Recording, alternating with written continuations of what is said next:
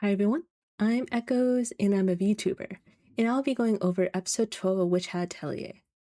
This is gonna be just a little more of a low-key episode as it just is a bit more build up before the final episode that's coming up. But yeah, regardless, it doesn't change that's really important as we learn more about the Sternback Cave and we learn more about the apprentices, which stands out especially. So yeah.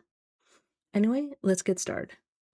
So in the beginning, we have Kefri finishing lunch with Tatia and Coco, and he explains the background behind the Serpentback Cave.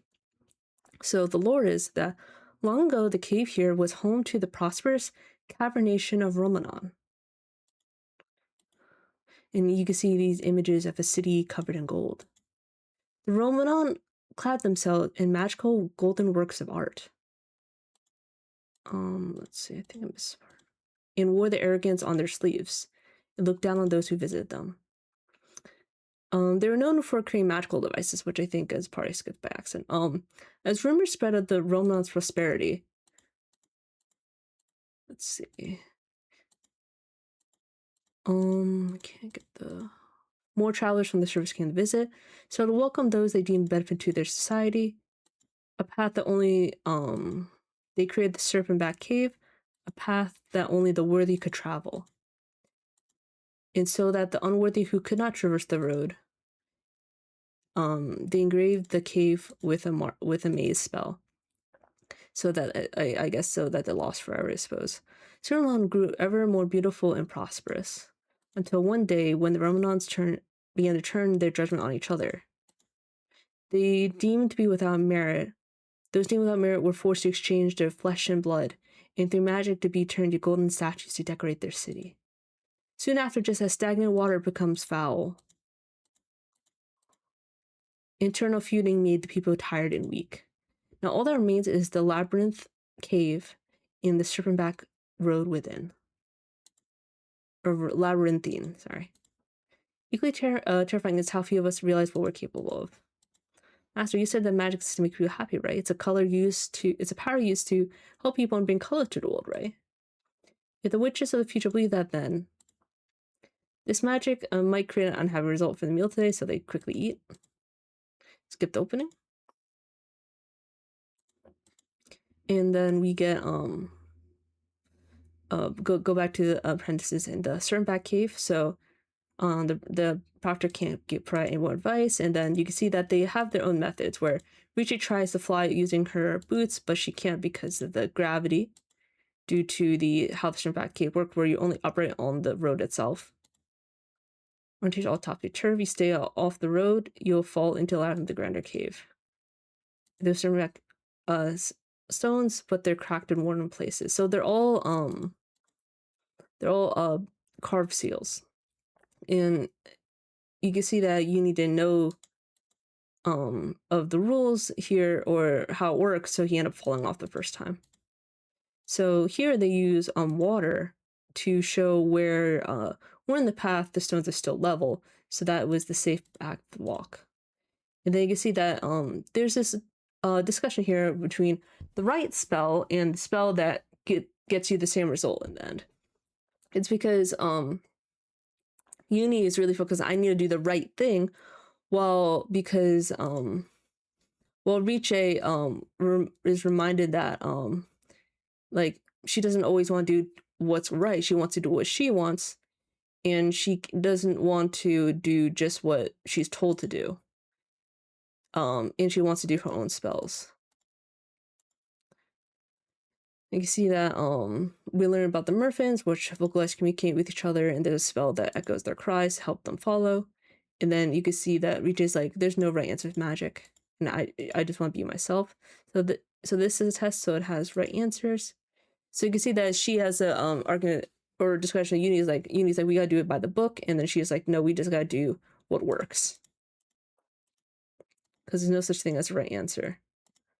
Then you can see that a guy here is like knowledge. Let's see. Learn from your failures, and it becomes knowledge.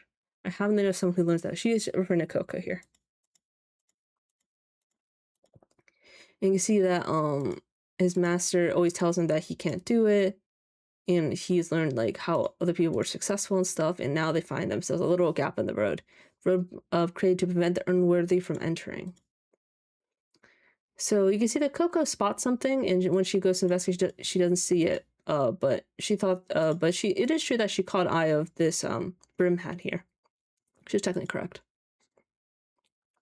And then they notice that the water's dropping off in a weird way. So you can see that Riche uses her own spell. Casting skills only work when we're standing on stones. So we have to extend the stones to the other side. So she uses creates like a ribbon to get to the other side, which is pretty cool. If there's something you can't do, change your method to something you can. And then this is where Agat uses the repetition and replication spells that they use for the dragon area, and it crumbles, but she's able to get across. And then you can see that he's trying, but he panics because he feels like, oh, I can't do anything. Then the tries to put the experience to good use. And then he repeats the spells he used before. And he's like, but I want to, but my hands keep shaking. Because he's not able to do spells when someone's watching him. Because all the eyes on me make me start sweat and tremble. And I mess up lines, and the lines turn awful. The more people see me, the pain, the worse it becomes. This time I thought I could make it. So I prepare and study. We're not familiar with bringing our palm choirs with us. So I only need to close the circle to close the circles to close the spells, and we punish for not doing it right. And he's like, I don't want to be myself. I want to be anyone else. And then you can see Agat's like, this is about whether you can cast spells in front of outsiders. Fortunately, this way you can't pass. And then Riche is encouraging him. He's like, if you concentrate and draw when you're alone, then be alone right now. Magic can make stones grow and make water fall. And he's like, I don't know how to do that. And then he's like kind of thinking while underneath the cloak. You see that he's kind of panicking. He's like, oh, I look silly and everything. He realized that they're taking him seriously. No one's disgusted, laughing, or making fun of me. Make it something you do. And he's realizing that his biggest opponent here is himself, the one who sabotaged. He's self-sabotaging it, essentially. And then he learns about the spell here. And then he finds a solution that works for him. And then Lyra's like, oh, what is this? Magic is no. It's just he removed, when he was inside, he looked at the casting seal. And he changed the spell. So in order to make it remove the mirror part, so he could just make it just the shadow part. Perfect can't see it, it's hard to bring along, but I can now concentrate without anyone looking at me. So technically we're looking at him, but technically we don't see him properly, so I guess that's how it counts, and he's able to make it across just fine. Which is, regardless, an incredible amount of character growth for him. And then you can see that Riche is like, you don't want to be yourself anymore? Just a little less anyway. And then Riche is like, next time don't just say you can't do it right away. And then he's, I may say it, but I'll try and make it the last thing I do. Save me first, now we're even. And then you can see that Riche understands like, oh, it's natural to be frustrated when you can't do something. And see they keep going across. There's only one field with the spells to draw all different. And then you can see Riche essentially wants Kiefer to apologize for lying to her about making her take the test. But then Lyra gets captured by the Brimhat.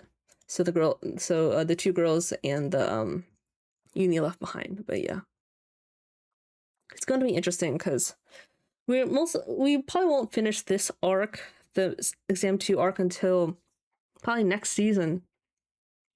If that gets confirmed, as we only have one episode left, and this is where the Brimhats enter because of the forbidden magic part. But yeah, but regardless, I do like the episode because it does provide a lot of insight into the characters, which is what we're looking for, and we learn about Romonon, so we get some excellent world building too. So yeah, overall excellent episode, and I enjoyed watching. I'm looking forward to watching the last episode this upcoming Monday. And yeah, thanks for your patience, everyone. I do apologize for the way it's been playing Adventures Elliot for a lot, but like it was really fun. So just how it can be. Anyway, that's all from me, and thank you so much. Have a good rest of your day.